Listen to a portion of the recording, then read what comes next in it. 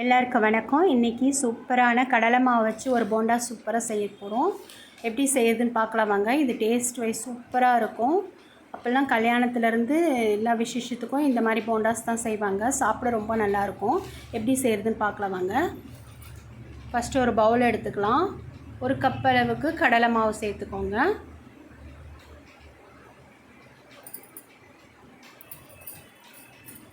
இந்த கடலை மாவு போண்டா செய்யும் போதே அவ்வளோ வாசனையாகவும் சூப்பராகவும் டேஸ்ட்டாகவும் இருக்கும். ஒரு கப் அளவு கடலை மாவுக்கு 2 ஸ்பூன் அளவுக்கு அரிசி மாவு, வீட்டில் இருக்கும் இல்லையா இடியாப்ப மாவு, அதுதான் சேர்த்துக்கிறேன்.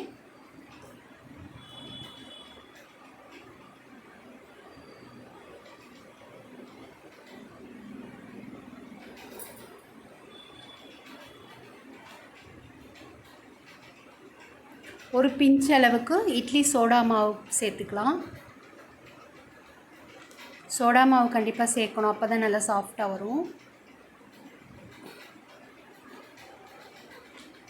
மிளகாய்த்தூள் ஒரு 1/4 ஸ்பூன் சேர்த்துக்கிறேன் நான்.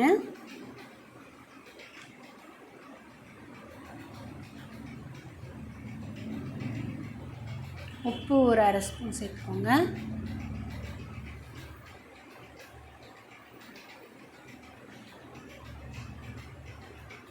ஒரு பச்சை மிளகாய் தான் நான் குட்டியாக நறுக்கி போட்டிருக்கேன். ஒரே ஒரு பெரிய பச்சை மிளகாயாக இருந்துச்சு, அதனால் 1 போட்டிருக்கேன். உங்கள் காரத்துக்கு தகுந்தப்பல நீங்கள் போட்டுக்கோங்க. கருவேப்பிலை கொஞ்சம் போட்டுக்கலாம், கொத்தமல்லி ஒரு கொத்து போட்டுக்கலாம்.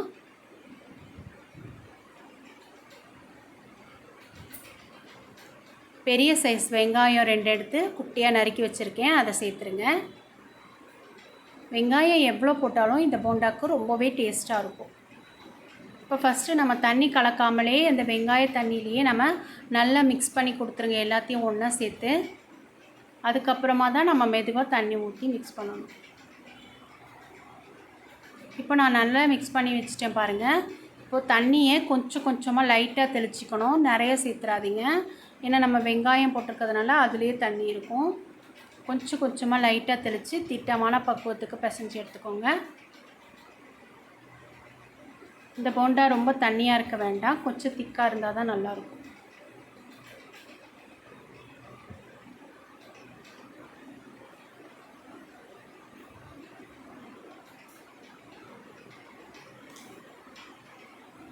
பாருங்கள், இந்த பக்குவத்துக்கு பிசைஞ்சு எடுத்துக்கோங்க.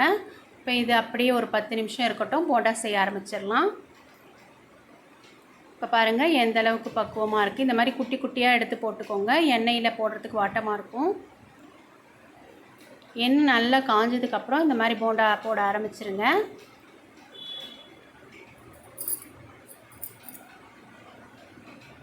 இது ரொம்பவே நல்ல டேஸ்ட்டாக இருக்கும். இந்த போண்டா நல்லாவே வாசனையாக இருக்கும். சமைக்கும் போதே நல்ல ஒரு வாசனை இருக்கும். கடலை மாவு போண்டா டேஸ்ட்டாக இருக்கும்.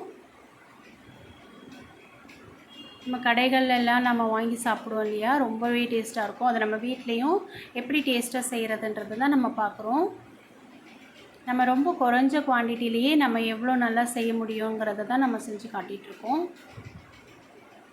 பிகினர்ஸ்லாம் ஈஸியாக செய்கிற மாதிரி தெளிவாக தான் சொல்லிகிட்ருக்கேன். இதே மெத்தடில் நீங்கள் கரெக்டாக செஞ்சு பாருங்கள், உங்களுக்கு ரொம்பவே நல்லாயிருக்கும். குவான்டிட்டி அதிகமாக வேணும்னா குவான்டிட்டி கூட சேர்த்து எல்லாத்தையும் சேர்த்துக்க வேண்டியது தான், எப்போவும் சொல்கிற மாதிரி தான்.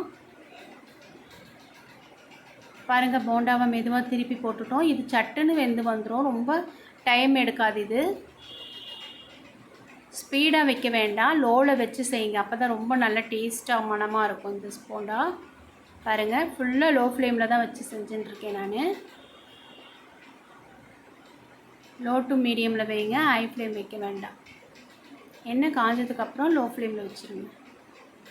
போண்டா சூப்பராக ரெடி ஆயிடுச்சு பாருங்கள். பார்க்கவே இவ்வளோ நல்லா இருக்குது, சாப்பிடவும் டேஸ்ட்டாக இருக்கும். இதுக்கு உடைச்சக்கடலை சட்னி இருந்ததுன்னா வேறு லெவலில் இருக்கும். மறுபடிக்கும் கேட்டு வாங்கி சாப்பிடுவாங்க. எவ்வளோ செஞ்சாலும் பத்தாது பாருங்கள். போண்டா எவ்வளோ நல்லா வந்திருக்கு, செம்ம டேஸ்ட்டாக இருக்கும். எல்லோரும் ஒரு முறை ட்ரை பண்ணி பாருங்கள். விஜய் கிரியேஷனை லைக் பண்ணுங்கள், ஷேர் பண்ணுங்கள், சப்ஸ்கிரைப் பண்ணுங்கள். தேங்க்யூ.